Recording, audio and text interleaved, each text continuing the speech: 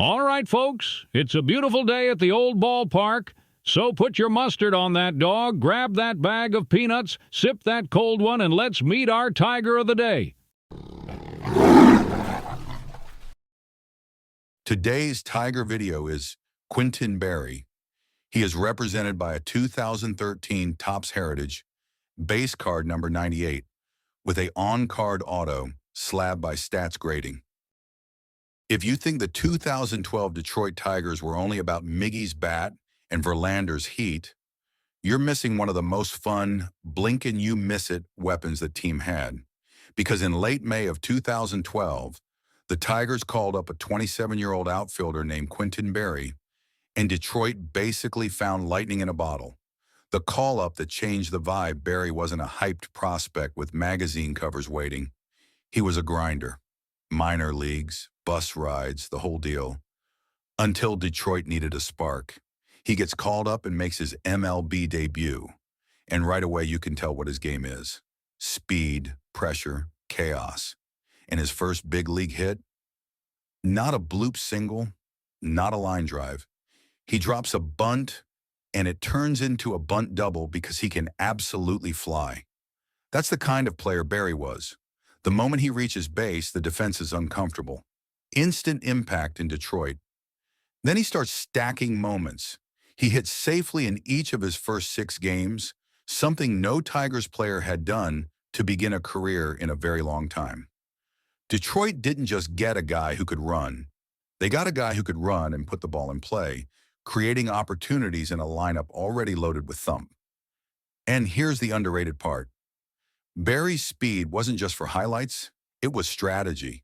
In tight games, he changed how pitchers held runners, how infielders positioned, how catchers called pitches. The moment Tigers fans remember now, let's talk signature moments. One of the best is June 21st, 2012, extra innings. Berry steps in and delivers a walk-off single to win it for Detroit. That's not just fast guy stuff. That's a clutch big league moment. And just a few days later, he belts his first MLB home run on June 24th in Pittsburgh. So now Tigers fans are thinking, wait, did we just find a cheat code? 21 for 21, the perfect stolen base season. And then comes the stat that defines Berry's Detroit time. He stole 21 bases in 2012 and wasn't caught once. That's not pretty good. That's perfect. MLB later highlighted Berry's season as one of the rare, perfect stolen base years. He went 21 for 21 in 94 games, including multi-steal games, and even kept the perfection going in the postseason. And historically, it was an American League benchmark at the time. He's still right near the very top of AL seasons with 20-plus steals and 0 caught stealings. That means every time he ran, he picked the right spot, got the right jump, and finished the job. October. The Tigers weaponized speed.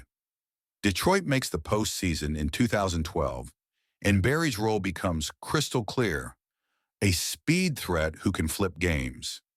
In his playoff debut, ALDS Game 1, Berry logged 2 hits and a stolen base, and it was historically rare for a Tigers player to debut like that in October.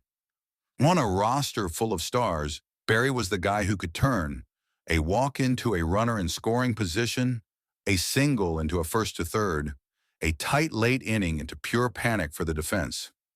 Detroit ultimately reaches the World Series in 2012, and even though it didn't end the way Tigers fans wanted, Berry's rise is a huge part of why that team felt so dangerous. Why Berry's Tigers run still matters. Quintin Berry's Detroit chapter is short, but it's memorable because it's such a perfect baseball story. A late call-up, an underdog, one elite skill, speed, that played at the highest level immediately. And for one summer in Detroit, Berry didn't just steal bases, he stole momentum.